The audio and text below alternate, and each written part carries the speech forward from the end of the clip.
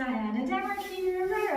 This video is for you if you have trouble decluttering. Maybe you're just looking for some motivation today. 5 minutes and I'm going to show you what I've decluttered since last week. And we're going to get you up off your bahookie and moving. If you're doing the Flylady cleaning system along with me, we are in zone 3, the bathroom plus one other room this week. That could be the guest bedroom, it could be the garden shed, your office. And we're going to start with some items over in Edinburgh, Scotland, because I was visiting my mum. My mum's 86.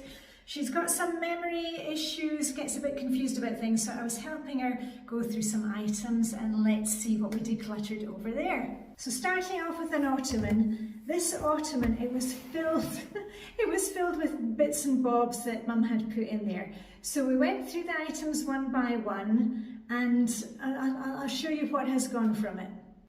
Wow, so we found a whole lot of things that can just go into the recycling. Old thimbles, we've got metal recycling, metal thimbles. Some things that Mum will keep, just a few sewing supplies, a whole bag of mixed rubbish of old bits of ribbon, bits and bobs, and some things that we are keeping or will give away, some photo frames, coloured thread, bobbins. I'm actually going to take those home for Vibeke because she's got an old Singer machine, and look, the Singer sewing needles. Mum doesn't have the machine anymore.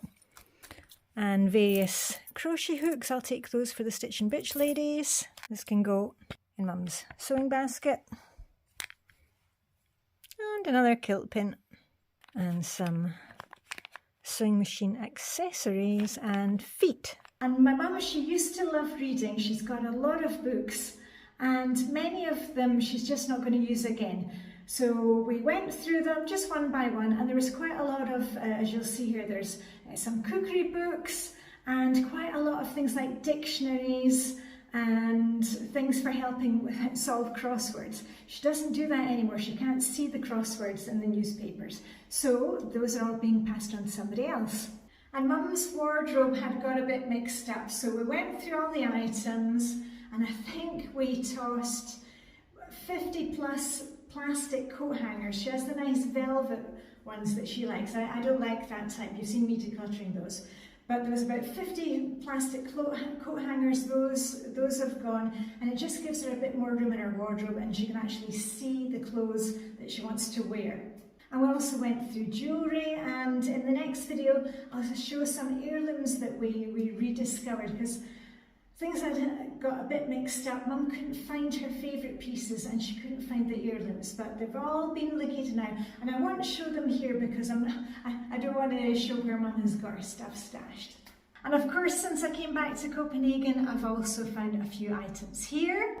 A few items from the garden. Do you have any dead plants from last year? Those are going out. I'm going to clean out the pots, check and see if I actually want to keep the pots.